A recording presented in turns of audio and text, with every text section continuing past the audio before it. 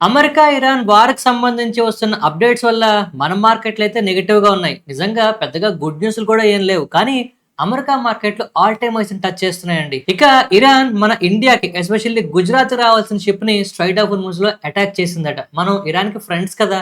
ఎందుకు అటాక్ జరిగింది మరి? ఇక కోటక్ ఇన్స్టిట్యూషన్ వాళ్ళు రీసెంట్‌గా చేసిన ఒక కామెంట్ కాస్త బజ్జే క్రియేట్ అవుతోంది. ఏంటి అంటే మనకి ఎలక్షన్స్ అయిపోయిన తర్వాత పెట్రోల్, డీజిల్ ప్రైసెస్ 20-30 రూపాయల వరకు పెరుగుతాయని చెప్తున్నారు. ఇది నిజంగా నిజమేనా? అండ్ మోస్ట్ ఇంపార్టెంట్‌లీ ఇవాల్టి వీడియోలో ఒక 2, 3 స్టాక్స్ గురించి నేను అప్డేట్స్ ఇస్తానండి. మీరు అస్సలు మిస్ అవ్వకూడదు. అండ్ అలాగే ఇవాళ పొద్దున్న ఒక వీడియో పోస్ట్ చేసుకున్నామండి. చూసారా? ఇందులో 2 చిన్న స్టాక్స్ గురించి మాట్లాడుకున్నాం. అవి ఇవాళ ఎలా పెరిగాయో కూడా చూడండి. సో పొద్దున్న పోస్ట్ చేసాం గనుక చాలా మందికి నోటిఫికేషన్స్ రాకపోయి ఉండొచ్చు. సో తప్పకుండా ఒకసారి వీడియో లింక్‌ని డిస్క్రిప్షన్‌లో, కామెంట్ సెక్షన్‌లో ప్రొవైడ్ చేస్తాను. ఒకసారి చూడండి. చూసి దానికి సంబంధించి ఫీడ్‌బ్యాక్ కూడా ఇవ్వండి. అండ్ ఇక్కడ అన్నిటికన్నా పెద్ద పాయింట్ ఒకటి మాట్లాడుకోవాలండి. ఎందుకంటే రోజు మనం వార్ గురించి మాట్లాడుకుంటున్నాం. ఈవెన్ కొంతమందయితే సార్ మనకి రోజు ఇదేం న్యూస్ అండి. ఓ రోజు ఒకలాగా, ఓ రోజు ఒకలాగా, ఒకరోజు పాజిటివ్‌గా, ఓ రోజు నెగెటివ్‌గా ఇలా ఎన్ని రోజులుంటుంది అని అడుగుతున్నారు. చూడండి మార్కెట్‌లో నెరేటివ్ అలాగే ఉంటుందండి. విసుగెత్తిపోయి మనం ఎప్పుడైతే వదిలేద్దాం అనుకుంటామో అప్పుడే మార్కెట్‌లో రియాక్షన్స్ ఒస్తాయి. ఇప్పుడు ట్రంప్ గారు మనందరికీ ఒక జోకర్ కిందైతే మారిపోయేలా కనిపిస్తుంది పరిస్థితి. అవునా? ఇంతకుముందు ఏ ప్రెసిడెంట్ కూడా ఇంత దారుణంగా మాటలు మార్చలేదు. ఈవెన్ ఇరాన్ కూడా సోషల్ మీడియాలో ఆయన మీద వీడియోలు పెట్టి విపరీతమైన ట్రోలింగ్ చేస్తుంది. కానీ అమెరికా ప్రెసిడెంట్ డొనాల్డ్ ట్రంప్ చేస్తున్న కొన్ని పనులు ఎంత ఖచ్చితంగా ఉన్నాయి అంటే ఇది తెలుసుకుంటే అమ్మ ఇంత ప్లాన్ చేస్తున్నాడా ట్రంప్ అనిపిస్తుందండి. ఇలాంటి చాలా చాలా ఇంపార్టెంట్ విషయాలు మాట్లాడదాం. వీటితో పాటు మార్కెట్‌లో ఉన్న పక్కా స్టాక్ ఇన్ఫర్మేషన్స్ గురించి కూడా మాట్లాడదాం. నేను చెప్పిన విషయాలు మీకు నచ్చితే తప్పకుండా లైక్ చేయండి. అలాగే మన ఛానెల్‌కి సబ్స్క్రైబ్ చేయండి. ఒకవేళ మీరు ఈ వీడియోని మొబైల్‌లో చూస్తూ ఉంటే కామెంట్ సెక్షన్ స్వైప్ చేస్తే హైప్ అనే ఆప్షన్ వస్తుందండి. ఈ హైప్‌ని క్లిక్ చేస్తే నిజంగా మన ఛానెల్‌కి చాలా హెల్ప్ చేసిన వాళ్ళవుతారు. ఈ హెల్ప్ చేస్తారని ఆశిస్తూ let's continue the video. So ఇప్పుడు మనం ముందు మార్కెట్‌ల గురించి మాట్లాడాలా? లేదు అంటే గ్లోబల్‌గా పరిస్థితుల గురించి మాట్లాడాలా అంటే ఒక కన్‌ఫ్యూజనే ఉంటుందండి. ఎందుకంటే గ్లోబల్ మార్కెట్‌లు పెరిగిపోతున్నాయి. మన మార్కెట్‌లు పడిపోతున్నాయి. ఇవాళ నా పోర్ట్‌ఫోలియో 0.5% నెగెటివ్‌గా ఉందండి. నిఫ్టీ కూడా దగ్గరగా 200 పాయింట్ల కింద పడింది. మార్కెట్ బ్రెడ్త్ ఇవాళ నెగెటివ్‌గా మారిపోయింది. 1:2 రేషియోలో నెగటివిటీ ఎక్కువ కనిపిస్తుంది. మరి మీ పోర్ట్‌ఫోలియో ఎలా ఉంది? ఇవాళ మీ పోర్ట్‌ఫోలియోలో పెరిగిన స్టాక్స్ ఏవో ఒకసారి కామెంట్ సెక్షన్‌లో చెప్పండి. అండ్ మోస్ట్ ఇంపార్టెంట్‌లీ మీరు గమనించే ఉంటారు. మనకి సోలార్ సెక్టార్‌లో మంచి టర్న్ అరౌండ్ కనిపిస్తుందండి. వార్ స్టార్ట్ అయిన కొత్తలో నేనొక మాట అన్నాను గుర్తుందా? ఈ వార్ కారణంగా ఆయిల్ ప్రైసెస్ పెరిగి తిరిగి సోలార్ వైపు అందరూ మళ్ళితే బావుంటుంది అని. అనుకున్నట్టే అన్ని సోలార్ సెక్టార్ స్టాక్స్‌లో ఇంక్లూడింగ్ పవర్ సెక్టార్ స్టాక్స్‌లో రికవరీ వస్తుంది. అవునా కాదా? ఒకసారి కామెంట్ సెక్షన్‌లో చెప్పండి. సో ఇక్కడ ఫస్ట్ మనం డిస్కస్ చేసుకోవాల్సింది ఏంటి అంటే సీజ్ ఫైర్ గురించండి. ఎందుకంటే సీజ్ ఫైర్ నడుస్తోంది. ఎక్స్‌టెండ్ అయింది కనుక వార్ ఇక పెద్దగా జరక్కపోవచ్చనే ఒక ఆశతో మనందరం ఉన్నాం. కానీ గ్రౌండ్ రియాలిటీ వేరే ఉంది. ఇరాన్ వాళ్ళు ఎస్పెషల్లీ మన ఇండియాకి రావాల్సిన ఒక షిప్‌ని అటాక్ చేశారండి. దీనివల్ల క్రూడ్ ఆయిల్ ప్రైసెస్ పెరిగాయి. దీనివల్ల మన మార్కెట్‌లో నెగెటివ్‌గా ఉన్నాయి. అంతేకాదు మన రూపాయి కూడా కొంత వీక్‌గా ఓపెన్ అవుతుంది. డాలర్‌కి రూ. 94 ప్రైస్ మార్క్‌ని కూడా క్రాస్ చేసింది ఇవాళ. అండ్ ఈ టైంలో ఆర్‌బీఐ వాళ్ళు కూడా ఖచ్చితంగా చాలా పెద్ద సెల్లింగ్ ప్రోగ్రామ్ కూడా తీసుకొస్తున్నారండి. 36,000 కోట్ల వరకు కూడా. సో ఇవన్నీ గమనిస్తూ ఉంటే ఒక విషయం అయితే చాలా క్లియర్. మార్కెట్‌లో వస్తున్న న్యూస్ ఒక విధంగా మనల్ని ఇబ్బంది పెడుతున్నా ప్రస్తుతానికైతే భయపడక్కర్లేదు అనిపిస్తుంది కానీ ఖచ్చితంగా మనం భయపడే విషయాలు ఉన్నాయండి. ఒకసారి నేను చెప్తాను. అవునో కాదో మీరే చెప్పండి. సో ఇప్పుడు చెప్పండి పీస్ టాక్స్ జరుగుతున్న ఈ టైంలో స్ట్రైట్ ఆఫ్ హోర్ముజ్ దగ్గర మన ఇండియన్ షిప్‌ని ఆపడం గాని, లేదు అంటే ఇజ్రాయెల్ షిప్స్‌ని ఆపడం గాని ఎంతవరకు ఇరాన్ చేస్తున్న పని కరెక్ట్? ఇది పీస్ టాక్స్‌కి సుగమంగా ఉంటుందంటారా? అమెరికా ఏమో ఒక గుడ్ న్యూస్ మనం శుక్రవారం లోపు వింటాము అని చెప్తుంటే, అమెరికా నుంచి వస్తున్న న్యూస్‌ని కొట్టిపారేసేలాగా ఇరాన్ కంప్లీట్‌గా నెగెటివ్‌గా మాట్లాడుతుంది. ఈవెన్ సీజ్ ఫైర్ ఎక్స్‌టెండ్ చేశాము అని చెప్పిన తర్వాత ఇరాన్ యథేచ్ఛగా షిప్పుల్ని ఆపేస్తుందండి. అండ్ ఇక్కడ ఘోరమైన విషయం ఏంటంటే అమెరికా స్ట్రైట్ ఆఫ్ హోర్ముజ్‌లో మా బ్లాకేడ్ 100% సక్సెస్‌ఫుల్ అని స్టేట్మెంట్లు ఇస్తుంది. కానీ 34 ships almost $900 million worth of oil Iran వాళ్ళదైతే వెళ్ళిందట బయటికి. అంటే సీజ్ ఫైర్ కరెక్ట్‌గా లేదు. అక్కడ బ్లాకేడ్ కరెక్ట్‌గా లేదు. పీస్ టాక్స్ మీద క్లారిటీ లేదు. సో ఈ టైంలో మనందరం భయపడే మరొక విషయం ఏంటో తెలుసా అండి? చెప్తా అన్నాను కదా వినండి జాగ్రత్తగా. ఐఆర్‌జీసీ వాళ్ళు ఇరాన్‌లో ఒక ఫోర్స్ అండి ఇది. వీళ్ళు under see cables, internet cables ని మళ్ళీ అటాక్ చేస్తామనేలాగా మూడోసారి కామెంట్ చేయడం అండి ఇది. సో ఆయిల్ ఆగితే ఎకానమీ స్లో అవుతుంది కానీ ఇంటర్నెట్ ఆగిపోయింది అంటే స్తంభించిపోతుంది ప్రపంచం. ఇది ఖచ్చితంగా అమెరికా ఒకవేళ జరగకుండా ఆపితే పర్వాలేదు కానీ ఐఆర్జీసీ వాళ్ళు కానీ పని చేశారంటే మాత్రం చాలా చాలా ఇబ్బందులు వచ్చేస్తాయండి. అండ్ ఈ మాటకి మనం భయపడాలని ఎందుకంటున్నామంటే ఇరాన్ వాళ్ళు చెప్పినవన్నీ చేస్తున్నారు. అమెరికా లాగా మాటలు మార్చట్లేదు. ఎస్పెషల్లీ ఐఆర్జీసీ వాళ్ళు అమెరికాని ఎట్టి పరిస్థితుల్లోనూ లొంగగొట్టేలాగా చూద్దామని చూస్తున్నారండి. ఈ టైంలో టైంలో వాళ్ళు ఆ ప్రయత్నం చేస్తే మాత్రం మార్కెట్లు చాలా నెగిటివ్ గా మారుతాయి. సో ఇక్కడ రియల్ ట్రూత్ ఏంటి, చాలా మంది ఏంటి అంటే మార్కెట్ లో న్యూస్ ని చూస్తున్నారు, హెడ్లైన్స్ చదువుతున్నారు, డొనాల్డ్ ట్రంప్ ని జోకర్ ని చేసి అందరూ ఇలా ఆడుకుంటుందని చెప్పి మాట్లాడుకుంటున్నారు. కానీ అసలు విషయం ఏంటంటే ట్రంప్ గారు సీజ్ ఫైర్ ని టైం లేకుండా అన్లిమిటెడ్ టైం ఎక్స్టెండ్ చేశారు. ఇది చాలా చాలా స్ట్రాటజిక్ మూవ్ అండి. అంటే ఇరాన్ మీద ప్రెషర్ ఉంచడానికి, సీజ్ ఫైర్ ఆపేసాము అంటే ఇరాన్ యథేచ్ఛగా ఇంకేమైనా చేస్తుందని దానికి ఛాన్స్ ఇవ్వకుండా సీజ్ ఫైర్ ఎక్స్టెండ్ చేసి వాళ్ళని పీస్ టాక్స్ కి రప్పించే విధంగా ప్లాన్ చేస్తున్నారు. సో అటాక్స్ లేవా అంటే అటాక్స్ జరుగుతున్నాయి, పీస్ టాక్స్ జరుగుతాయా అంటే కన్ఫ్యూజన్ లో ఉంచుతున్నారు. సీజ్ ఫైర్ వల్ల టైం ని ఎక్స్టెండ్ చేస్తున్నారండి. అండ్ ఈ అన్లిమిటెడ్ టైం అనేది ఖచ్చితంగా అమెరికా తిరిగి వాళ్ళ తాలూకా స్ట్రెంగ్త్ ని రిగైన్ చేసుకోవడానికి ఒక ప్రధాన అస్త్రంగా వాడుతుందనడంలో ఎటువంటి డౌట్ లేదు. ఇక్కడ ట్రంప్ గారు జోకర్ అయిపోయారని మనం అనుకుంటున్నామండి. మనందరం ఈ గోల్ సాటిస్ఫై చేసుకోవడానికి ట్రంప్ గారిని ఏదో అనడానికి మనం అనుకుంటున్నా, తెర వెనకాల జరుగుతున్నది మాత్రం ఇదే. ఎందుకంటే ట్రంప్ గారికి అమెరికాలో ఎగనెస్ట్ గా అందరూ మారిపోతున్నారు. సో ఈ టైంలో వార్ ని ఆపకుండా, అలాగని ప్రొలాంగ్ అవ్వనీయకుండా చాలా చర్యలు తీసుకుంటూ స్ట్రాటజిక్ గా మూవ్స్ తీసుకొస్తున్నారు. ఎస్పెషల్లీ 60 రోజుల వరకు అమెరికా ప్రెసిడెంట్ కి ఎవరికైనా సరే అధికారం ఉంటుందండి. ఆ తర్వాత ఖచ్చితంగా డెసిషన్ అనేది సొంతంగా తీసుకోవడానికి లేదు. సో నెక్స్ట్ 60 రోజుల లోపు ట్రంప్ గారు ఏం ప్లాన్ వేస్తారనేది కూడా మనం ఫాలోఅప్ చేసుకోవాలి. సో ఇది సీజ్ ఫైర్ కాదండి, డర్టీ సీజ్ ఫైర్. ఇవి పీస్ టాక్స్ కాదండి, ఖచ్చితంగా స్ట్రాటజిక్ టాక్స్. టైం ఎక్స్టెండ్ చేసుకుంటున్నారు ఇద్దరు కూడా చాలా తెలివిగా. పాకిస్తాన్ లో ఇస్లామాబాద్ లో ఆఖరికి తినడానికి కూడా తిండి దొరకట్లేదు, అంత ఘోరంగా నిక్కచ్చిగా కంప్లీట్ గా అయితే ఇచ్చేస్తున్నారండి. ఎందుకు ఈ టాక్స్ జరపడానికి, ఎటువంటి ఇబ్బంది రాకుండా జనాలను ఇబ్బంది పెట్టి తిండికి లేనంత దారుణంగా పాకిస్తాన్ రెడీ అవుతుంది ఈ మీటింగ్ ఎట్టి పరిస్థితుల్లోనూ జరపాలని. కాకపోతే ఇప్పుడు చైనా మీద ఇరాన్ వాళ్ళు డిపెండ్ అయ్యేలా పరిస్థితి కనిపిస్తుంది, ఎందుకంటే పాకిస్తాన్ మీద నమ్మకం పోయిందట. సో ఈ టైంలో ఆయిల్ కూడా $100 దాటిపోతుందండి పర్ బ్యారెల్. సో దీనివల్ల ఏమవుతుంది, మన మార్కెట్ లో ఒకటే నెగిటివ్ గా కాదండి, ఈవెన్ సెక్టార్లు స్ట్రాంగ్ గా ఉండాల్సిన బ్యాంకింగ్ సెక్టార్లు కూడా నెగిటివ్ గా మారిపోతున్నాయి.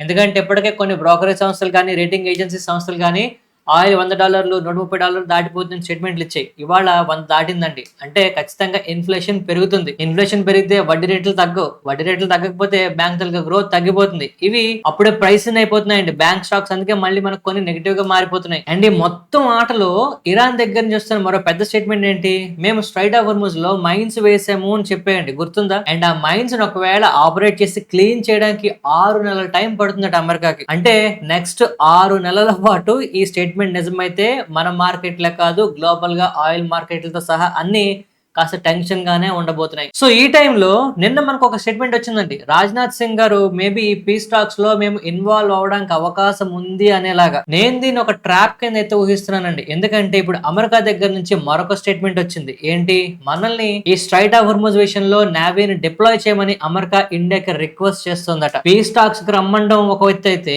స్ట్రైట్ ఆఫ్ హోర్ముజ్ లో నేవీని డిప్లాయ్ చేయండి అని చెప్పడం ఖచ్చితంగా మనల్ని ఇందులో లాగుతున్నట్టే. సో ఇక్కడ ఇండియా ఖచ్చితంగా స్ట్రాటజిక్ గా రెస్పాన్స్ అయితే చూపించాలి. సో ఇక్కడ పెద్ద ప్రశ్న, మరి అమెరికా మార్కెట్ లో ఎందుకు పాజిటివ్ గా ఉంటున్నాయి, అవి ఎందుకు పెరిగిపోతున్నాయని మీరు గమనిస్తే రీసెంట్ గా అక్కడ రిజల్ట్స్ ప్రకటించడం స్టార్ట్ అయ్యిందండి. మాక్సిమం కంపెనీస్ ప్రాఫిట్ లో ప్రకటిస్తున్నాయట. సో అందువల్ల ఎప్పటి నుంచో జరుగుతున్న ఈ రతంగాని మార్కెట్లు పెద్దగా పట్టించుకోవట్లేదు, కేవలం ప్రాఫిట్స్ మీద కాన్సన్ట్రేషన్ చేస్తున్నాయి. కాకపోతే ఇక్కడ అమెరికా మార్కెట్లు పెరగడం సంగతి పక్కన పెడితే, గ్లోబల్ గా ఎమర్జింగ్ మార్కెట్స్ అయిన నిఫ్టీ అవ్వచ్చు, లేదు అంటే కోస్పీ అవ్వచ్చు, లేదు అంటే ఇండియా, జపాన్, సౌత్ కొరియా ఇలాంటి వాళ్ళ మార్కెట్లు చాలా ఎడ్జ్ లో అయితే ఉండబోతున్నాయండి. కారణం ఏంటంటే ఈ దేశాలన్నీ కూడా క్రూడ్ మీద డిపెండ్ అవుతున్నాయి. అండ్ ఆ క్రూడ్ కూడా ఇంపోర్ట్ చేసుకోవాలి అన్ని కూడా. సో ఇప్పుడు స్ట్రైట్ ఆఫ్ హోర్ముజ్ విషయంలో వచ్చే ప్రతి టెన్షన్ అమెరికాకి ఏ ప్రాబ్లం కాదండి. అండ్ ట్రంప్ గారు ఒక స్టేట్మెంట్ చేశారు, గుర్తుందా, స్ట్రైట్ ఆఫ్ హోర్ముజ్ ని క్లోజ్ చేస్తే డబ్బులు సంపాదించుకునేది రష్యా అవ్వచ్చు, లేదు అంటే అమెరికా ఎక్కువ డబ్బులు సంపాదించుకుంటుంది అని. ట్రంప్ స్టేట్మెంట్ కరెక్టేనండి. ఎందుకంటే అమెరికా మార్కెట్లు అందుకే పెరుగుతున్నాయి. వాళ్ళకి అక్కడ లోకల్ గా రేట్లు పెరిగినా, ఇన్ఫ్లేషన్ పెరిగినా ఓవరాల్ గా డబ్బులతో సంపాదించుకుంటున్నారు వాళ్ళు. సో ఇక్కడైనా మార్కెట్లు అన్ని కూడా అమెరికాలో ఏం జరుగుతుందో పట్టించుకోవడం తగ్గించి కాస్త మన మార్కెట్ లో, లేదంటే ఇండివిజువల్ మార్కెట్లకి ఏది పాజిటివ్ అనే విషయాన్ని ఇక్కడ నుంచి కాస్త సీరియస్ గా తీసుకోవాలి, కాస్త సీరియస్ గా ఫాలోఅప్ చేయాలని ఆశిద్దాం. సో ఇప్పుడు అర్థమవుతుందండి మన మార్కెట్ లో నెగిటివ్ గా ఉండడానికి కారణం, ఫస్ట్ ఇన్ఫ్లేషన్ పెరుగుతుందండి. ఎందుకు, క్రూడ్ ఆయిల్ ప్రైసెస్ పెరిగితే, పెట్రోల్ రేట్లు పెరిగిపోతే ఖచ్చితంగా ఇన్ఫ్లేషన్ పెరిగిపోతుంది. అంటే ఖచ్చితంగా మనకి ఇండియాకి ఎకనామిక్ పరంగా డెఫిసిట్ అయితే వస్తుందండి. మరోపక్క ఇన్ఫ్లేషన్ పెరిగితే మన ఎకానమీ గ్రోత్ కూడా తగ్గిపోతుంది. అందువల్లే మన మార్కెట్ లో ఆయిల్ విషయానికి సంబంధించి ఏ న్యూస్ వచ్చినా నెగిటివ్ గా మారుతున్నాయి. సో స్ట్రైట్ ఆఫ్ హోర్ముజ్ విషయంలో మన ఇండియాకి రావాల్సిన ట్యాంకర్ ఆపడం గానీ, లేదు అంటే క్రూడ్ ఆయిల్ ప్రైసెస్ పెరగడం గానీ, ఇవన్నీ కూడా మన మార్కెట్ ని చాలా నెగిటివ్ గా ఇంపాక్ట్ చేస్తున్నాయి. సో ఇప్పుడున్న పరిస్థితుల్లో మనం సీరియస్ గా ట్రాక్ చేయాల్సింది ఏంటి అంటే సీజ్ ఫైర్ గురించి, పీ స్టాక్స్ గురించి కాదండి. ఎందుకంటే మార్కెట్ కి క్లారిటీ వచ్చింది ఏం జరుగుతుందో, అందువల్లే జరగాల్సింది జరుగుతుంది. ఒక పక్క అమెరికా మార్కెట్లు పెరుగుతున్నాయి, ఒక పక్క మన మార్కెట్లు భయపడుతున్నాయి. మనం ట్రాక్ చేయాల్సింది మాత్రం క్రూడ్ $100 మీద ఉంటుందా ఉండదా, కిందకి రావడానికి అవకాశం ఉందా లేదా, మన రూపాయి ఇంకా వీక్ అవుతుందా, స్ట్రాంగ్ అవడానికి ఛాన్స్ ఏముంది, ఫర్దర్ గా మన రిజల్ట్స్ ఇంకా బాగుంటాయా, ఫర్దర్ గా కంపెనీస్ గ్రోత్ ని ప్రకటిస్తాయా, వీటిని ట్రాక్ చేస్తేనే మన పోర్ట్ఫోలియోస్ కాస్త పాజిటివ్ గా ఉంటాయండి. మార్కెట్ లో ఉన్న హెడ్ లైన్స్ ని చూసి కన్ఫ్యూజ్ అవ్వద్దు, అనవసరంగా లేని హోప్స్ ని క్రియేట్ చేసుకోవద్దు. ప్రస్తుతానికి పరిస్థితులు ప్రశాంతంగానే ఉన్నాయి, భయపడే పరిస్థితులు లేవు ప్రస్తుతానికి. అనవసరంగా ప్యానిక్ అయితే గురి కావద్దు. ఇప్పుడు మనం మార్కెట్ లో ఉన్న మోస్ట్ ఇంపార్టెంట్ స్టాక్ అప్డేట్స్ గురించి మాట్లాడుకుందామండి. First GE Vernova T&D. ఇవాళ ఇంట్రోడక్షన్ సెషన్స్ లో ఈ స్టాక్ చాలా చాలా హల్చల్ చేసిందండి. ఈ ఒక్క స్టాకే కాదు, డాక్టర్ రెడ్డిస్ అవ్వచ్చు, ఆర్కల్ ఫైనాన్షియల్ సర్వీసెస్ సాఫ్ట్వేర్ అవ్వచ్చు, ఇవన్నీ కూడా చాలా బాగా పెరిగాయి. సో ఇక్కడ నేను చెప్తున్నాను అంటే ఇవాళ వీటిల్లో ఒక్కసారిగా మూమెంట్ రావడానికి కారణాలు ఉండొచ్చండి, బట్ ప్రైస్ యాక్షన్ కూడా మనం గమనించాలి. సో ఒక్కసారి ఈ 3 స్టాక్స్ తలక ప్రైస్ యాక్షన్ ఓపెన్ చేసి చూడండి, ఖచ్చితంగా GE Vernova T&D సాటిస్ఫాక్టరీగా ఉంటుంది. నేను మళ్ళీ చెప్తున్నానండి, ఇలాంటి స్టాక్ అప్డేట్స్ మాత్రం మిస్ అవ్వద్దు, ఖచ్చితంగా వీటిల్లో మనకు అవకాశాలు రావచ్చు. ఇక భారత్ ఎలక్ట్రానిక్స్ గురించి మాట్లాడుకోవాలి. వీళ్ళకి 569 కోట్ల వర్త్ ఆఫ్ ఆర్డర్లు అయితే రావడం జరిగిందండి. దీంట్లో భాగంగా ఏవియానిక్స్ కి సంబంధించి కమ్యూనికేషన్ ఎక్విప్మెంట్స్ గానీ, హై ఎనర్జీ లేజర్స్ గానీ అండ్ అదర్ డిఫెన్స్ ఎక్విప్మెంట్స్ కొన్ని అయితే వీళ్ళు సప్లై చేయాల్సి ఉంటుంది. ఈ న్యూస్ భారత్ ఎలక్ట్రానిక్స్ కి పాజిటివ్ విషయం. ఇక L&T టెక్నాలజీ సర్వీసెస్ గురించి మాట్లాడుకోవాలండి. ఇవాళ ఈ స్టాక్ కాస్త నెగటివ్ గా ట్రేడ్ అవుతుండడం గమనించాం ఇంట్రడక్షన్స్ లో. కారణం ఏంటి అంటే వీళ్ళ తలక ప్రాఫిట్స్ ఫోర్కాస్ట్ తలక ఎస్టిమేట్స్ ని 3.2% డిఫరెన్స్ తో మిస్ అయిపోయాయండి. ఓవరాల్ గా దగ్గరగా 9.7% క్వార్టర్ అండ్ క్వార్టర్ గ్రోత్ కనిపించినా కూడా అనుకున్న దానికన్నా ప్రాఫిట్లు కాస్త తక్కువ రావడంతో ఇవాళ ఈ స్టాక్ నెగటివ్ గా ట్రేడ్ అవుతుంది. రెవెన్యూస్ 3.3% పెరగడం జరిగిందండి. అయితే రీసెంట్ టైమ్స్ లో ప్రమోటర్లు ఈ కంపెనీలో వాటాలు తగ్గించుకుంటున్నారండి. ఒకసారి దీన్ని మనం సీరియస్ గా గమనించాలి. నెక్స్ట్ మనం ట్రెంట్ గురించి మాట్లాడుకోవాలండి. వీళ్ళ తాలూకా net profit 32% year on year పెరగడం జరిగిందండి. రెవెన్యూస్ కూడా 17% పెరగడం జరిగింది. మెయిన్ గా కొత్త స్టోర్ల ఎడిషన్స్ అనేవి ప్రధాన కారణంగా చెప్తున్నారు. ఆన్లైన్ సేల్స్ బాగా పెరిగాయట. అండ్ రీసెంట్ గా బోర్డ్ ఆఫ్ డైరెక్టర్స్ వాళ్ళు ఏంటి అంటే 1/2 బోనస్ ఇష్యూస్ కూడా అప్రూవ్ చేశారండి. అలాగే 2,500 కోట్ల వరకు ఫండ్ రైజింగ్ రైట్స్ ఇష్యూని కూడా తీసుకురాబోతున్నారు. అలాగే అదర్ మోడ్స్ లో కూడా ఫండ్ రైజింగ్ చేయబోతున్నారట. ఖచ్చితంగా ట్రెండ్ మనకి కాస్త బజ్ అయితే క్రియేట్ అవుతుందండి కమింగ్ డేస్ లో, గుర్తుపెట్టుకోండి. నెక్స్ట్ మనం గోద్రేజ్ ఇండస్ట్రీస్ గురించి మాట్లాడుకోవాలండి. అనూహ్యంగా ఇవాళ ఈ స్టాక్ పాజిటివ్ గా ఉండడమే కాదు, ఓవరాల్ గా వీక్లీ యావరేజ్ వాల్యూమ్స్ కన్నా 47 టైమ్స్ ఎక్కువ ట్రేడ్ అవుతుందండి. ఇది అంటే చాలా భయంకరమైన వాల్యూమ్స్ తో గోద్రేజ్ ఇండస్ట్రీస్ ఇవాళ పెరగడం జరిగింది. ఇది ఒక్కటే కాదండి, క్లీన్ సైన్స్ టెక్నాలజీ గానీ, లేదు అంటే పిరమాల్ ఫార్మా గానీ, వీటన్నిటిలోని కూడా చాలా చాలా మంచి వాల్యూమ్స్ నమోదయ్యాయండి. ఖచ్చితంగా వీటిల్లో బయింగ్ అనేది జరుగుతోంది, ఒకసారి గమనించండి. నెక్స్ట్ మనం జియో ఫైనాన్షియల్ సర్వీసెస్ గురించి మాట్లాడుకోవాలండి. చాలా రోజుల తర్వాత ఒక మంచి అప్డేట్ అయితే కంపెనీ గురించి వస్తుంది. వీళ్ళొక 50-50 జాయింట్ వెంచర్ ని అలయన్స్ యూరోప్ BV తో ఫామ్ చేస్తున్నారండి. దీంట్లో భాగంగా మనకి జనరల్ ఇన్సూరెన్స్ అలాగే హెల్త్ ఇన్సూరెన్స్ ని ఇండియాలో ప్రొవైడ్ చేయడానికి అయితే వీళ్ళు చూస్తున్నారు. ఇది కంపెనీకి నిజంగా పాజిటివ్ విషయం. కమింగ్ డేస్ లో ఖచ్చితంగా బిజినెస్ ఇంప్రూవ్మెంట్ మనం చూడొచ్చండి ఈ న్యూస్ ద్వారా. నెక్స్ట్ మనం యూనిమెక్ ఏరోస్పేస్ గురించి మాట్లాడుకోవాలండి. వీళ్ళు 405 కోట్లతో హోబెల్ బెల్లోస్ అనే ఒక కంపెనీని అక్వైర్ చేయడానికి అయితే చూస్తున్నారండి. సో దట్ ఏంటి అంటే వీళ్ళ తలక క్యాపబిలిటీస్ ని ఎక్స్పాండ్ చేయబోతున్నారు ఫర్దర్ గా. High value precision engineering platforms global గా వీళ్ళొక మంచి ప్లేయర్ కింద మారడానికి అవకాశం అయితే కనిపిస్తుంది. సో ఈ న్యూస్ కారణంగా ఇవాళ ఈ స్టాక్ లో పాజిటివిటీ మనం చూస్తున్నాం. కమింగ్ డేస్ లో ఖచ్చితంగా చాలా మంది దీని గురించి మాట్లాడతారండి, గుర్తుపెట్టుకోండి. నెక్స్ట్ మనం బాగా పడిపోయి ఇబ్బంది పెడుతున్న స్టాక్ లో మొమెంటం వస్తున్న విషయం అండి ఇది డెల్టా కార్ప్. ఈ స్టాక్ రీసెంట్ టైమ్స్ లో కాస్త బాగా పెరుగుతుండడం గమనిస్తున్నాం. ఇవాళ 20% అప్పర్ సర్క్యూట్ కూడా కొట్టిన స్టాక్ అండి ఇది. అయితే రీసెంట్ గా వీళ్ళ తలక net profits 15% quarter and quarter పెరగడం జరిగిందండి. మెయిన్ గా రా మెటీరియల్ కాస్టులు తగ్గడం గానీ, లైసెన్స్ ఫీజ్ ఎక్స్పెన్సెస్ తగ్గడం గానీ ప్రధాన కారణాలుగా చెప్తున్నారు. రెవెన్యూస్ కూడా 4.4% పెరగడం జరిగిందండి. అయితే వీళ్ళ గేమింగ్ ఆపరేషన్ సెగ్మెంట్ లో మెయిన్ గా ఇంప్రూవ్మెంట్స్ కనిపిస్తున్నాయని చెప్తున్నారు. సో మేబీ బాగా పడిన ఈ స్టాక్ లో ఇప్పుడు వస్తున్న రిజల్ట్స్ అవ్వచ్చు, లేదు అంటే ప్రైస్ యాక్షన్ అవ్వచ్చు, రెండు కూడా పాజిటివ్ గా కనిపిస్తున్నాయండి. ఖచ్చితంగా దీన్ని ట్రాక్ చేయండి. నెక్స్ట్ మనం SBI లైఫ్ ఇన్సూరెన్స్ గురించి మాట్లాడుకోవాలండి. రెవెన్యూస్ 75.5% మనకి డిక్లైన్ అయిపోవడం జరిగిందండి. అందువల్ల ఇవాళ ఈ స్టాక్ కాస్త నెగటివ్ గా ట్రేడ్ అవుతుంది. ప్రాఫిట్స్ కూడా 1% దగ్గరగా డిక్లైన్ అయిపోయాట. అండ్ రీసెంట్ టైమ్స్ లో ఎస్బీఐ లైఫ్ ఇన్సూరెన్స్ చాలా బాగా అండర్ పర్ఫార్మ్ చేస్తుందండి. ఈ అండర్ పర్ఫార్మెన్స్ ఇంకా కంటిన్యూ అవ్వచ్చు, కాస్త జాగ్రత్త. నెక్స్ట్ మనం పటేల్ ఇంజనీరింగ్ గురించి మాట్లాడుకోవాలండి. చాలా రోజుల తర్వాత మంచి న్యూస్ అయితే వచ్చింది.